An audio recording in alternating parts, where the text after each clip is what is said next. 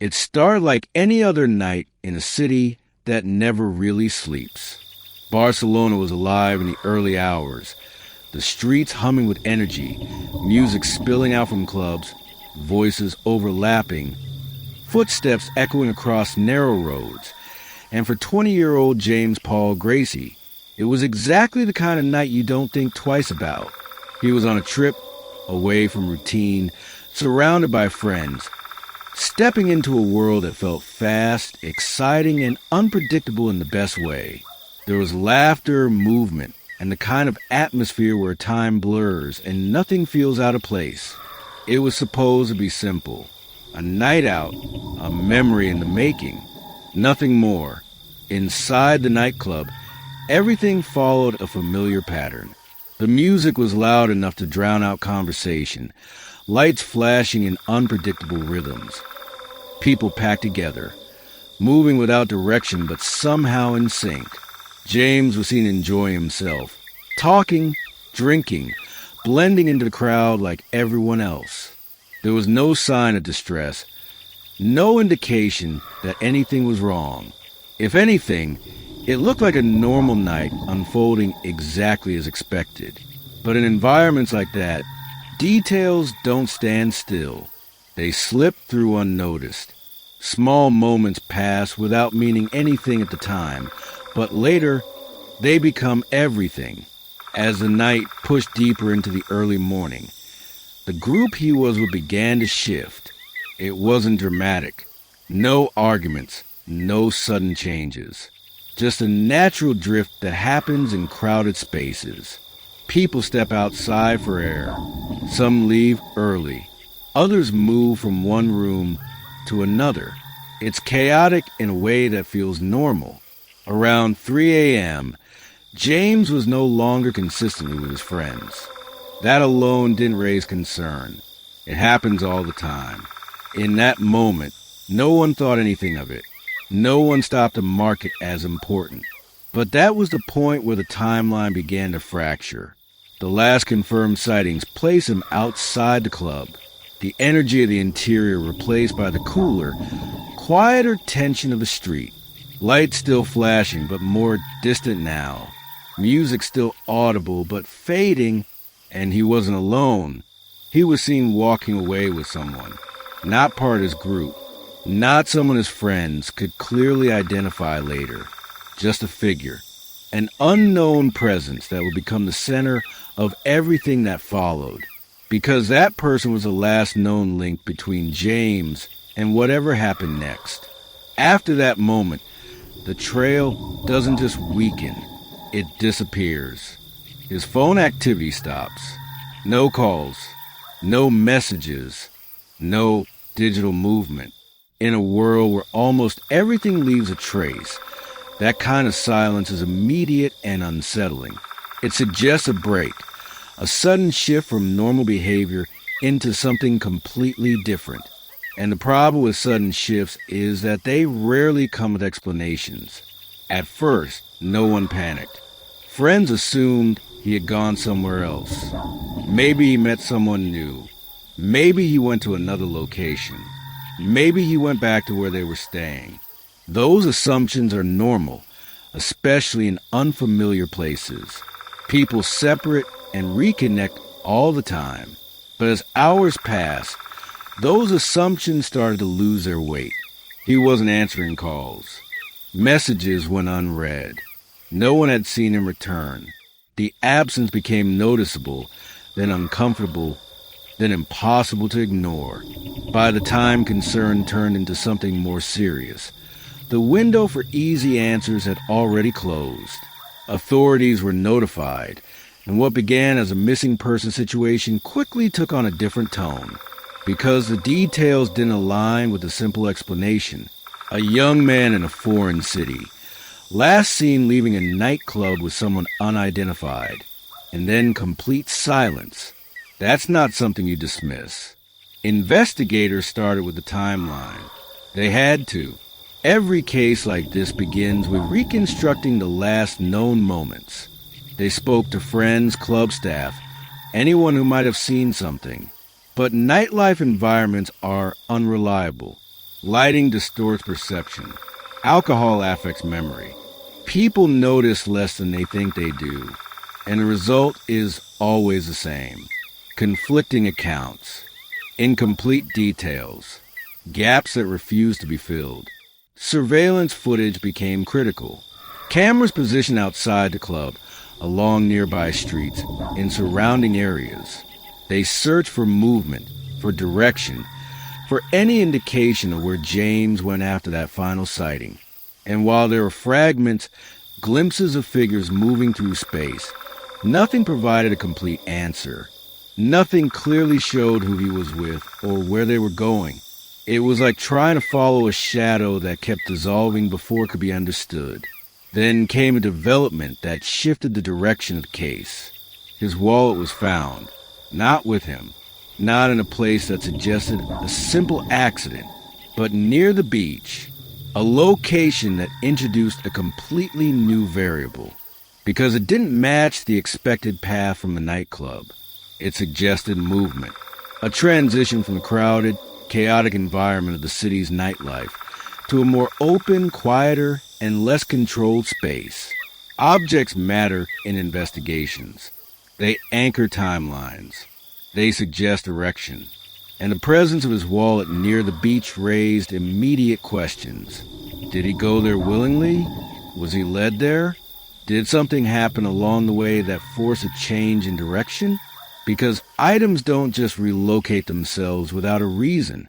There's always a sequence, even if it's not immediately visible. Search efforts expanded rapidly. The focus shifted toward the coastline, toward areas where the city meets the water. Because once water becomes a possibility, everything changes. Water conceals. It disrupts timelines. It removes visibility. And most importantly, it introduces uncertainty in a way that land does not. Search teams began working through these areas, scanning, analyzing, looking for any sign that could connect the last known movements to a physical location. But the problem remained the same. There was no clear path, no definitive sequence of events, just fragments. A last sighting, an unknown individual, a recovered item in an unexpected location. And between those points, nothing concrete. That gap became the center of the investigation.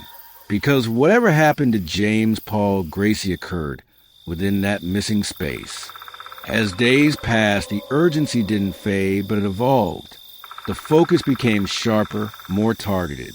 Investigators revisited earlier assumptions, re-examined witness statements, looked again at footage that had already been reviewed. Because sometimes the answer isn't new information. Sometimes it's something that was already there, but wasn't understood the first time.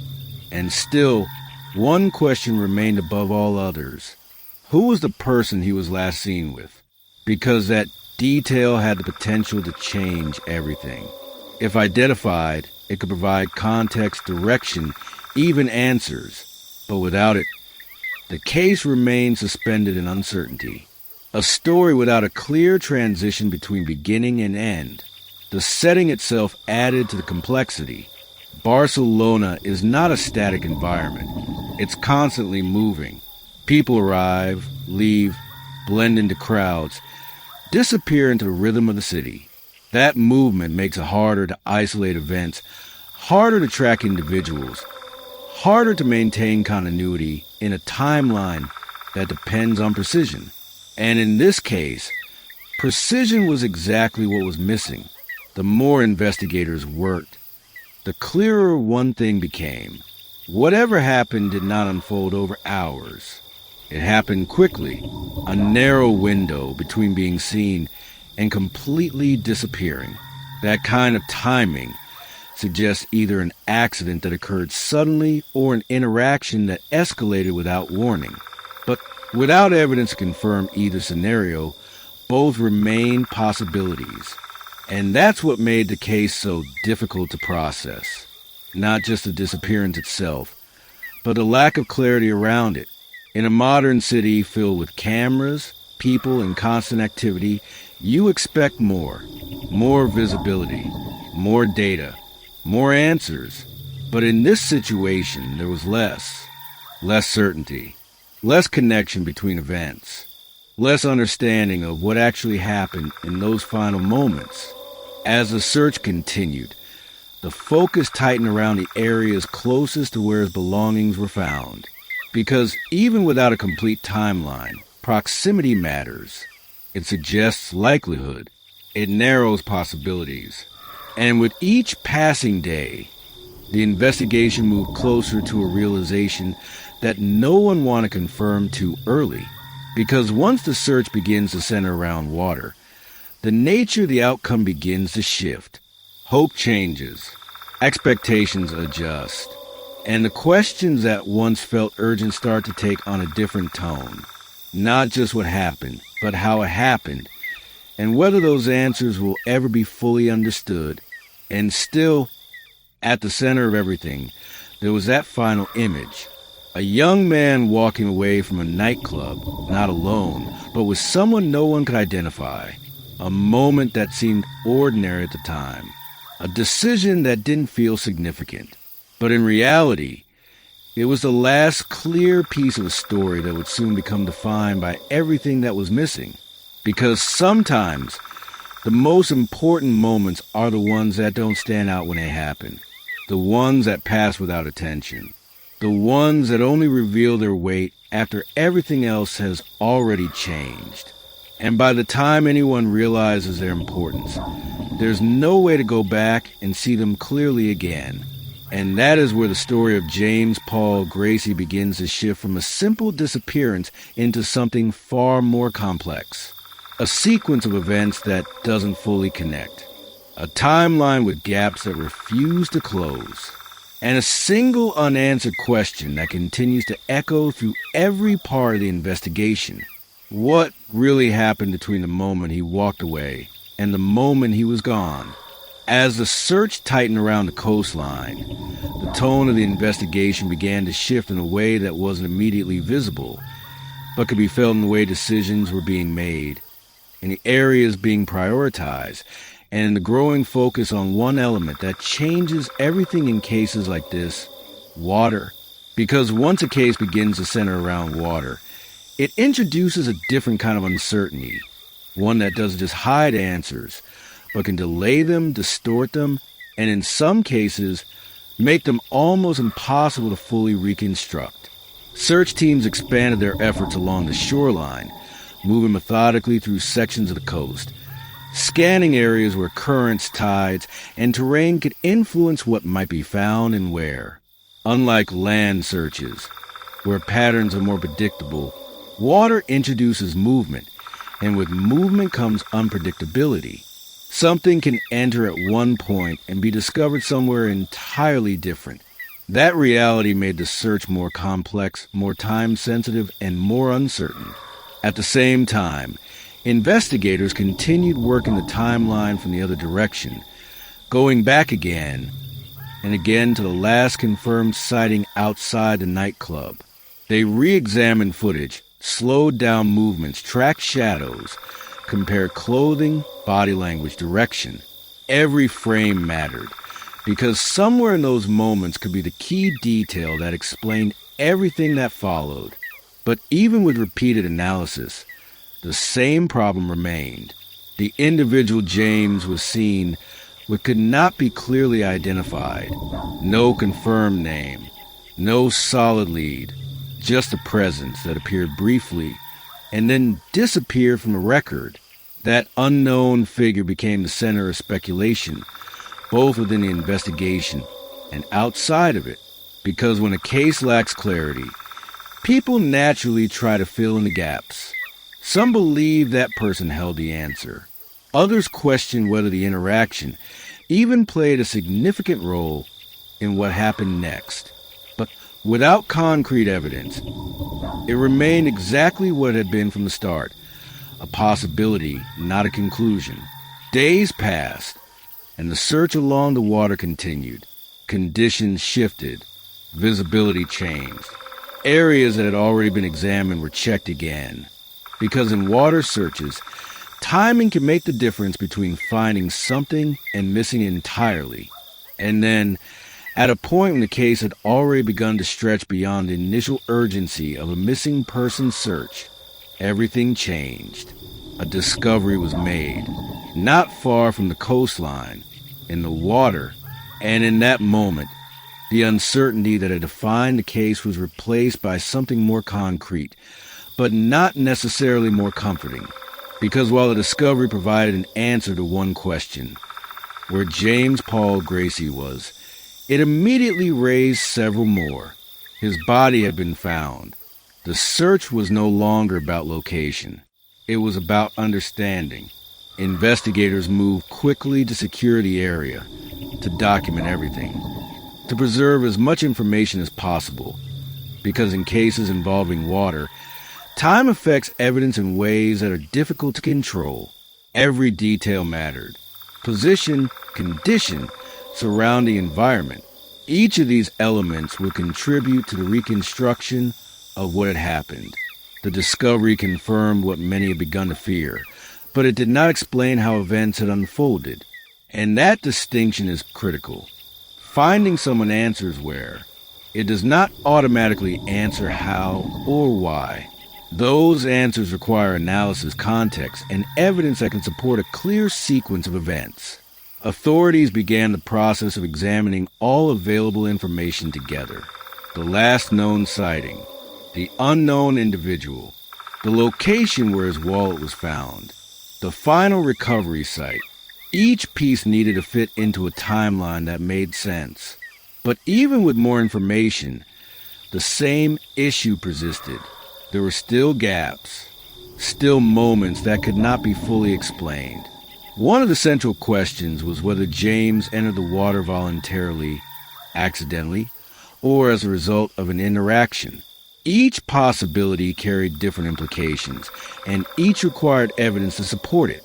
Investigators looked at environmental factors, lighting conditions at the time, terrain near the water, access points, anything that could indicate how someone might move from a nightlife setting to the water's edge. They also examined personal factors, behavior earlier in the night, level of awareness, possible disorientation, because sometimes the explanation lies not in a single dramatic event, but in a combination of smaller factors that align in a specific way. But even with this approach, the conclusions were not immediate. The presence of the wallet near the beach remained a critical detail. It suggested that James had been in that area before entering the water, or that his belongings had been separated from him at some point along the way. But the exact sequence, when and how that separation occurred, was not definitively established. And without that sequence, the timeline remained incomplete. As the investigation progressed, forensic analysis became central, determining cause of death, looking for signs of external factors, identifying whether there were indicators of foul play. These are the points where speculation either gains support or begins to fall apart. And in this case, the findings did not immediately point to a clear alternative explanation. There was no definitive evidence that confirmed an attack, no clear indication of a struggle that could be reconstructed with certainty. And that absence of evidence began to shape the direction of the case. Because in investigations, what is not found can be just as important as what is. It narrows possibilities.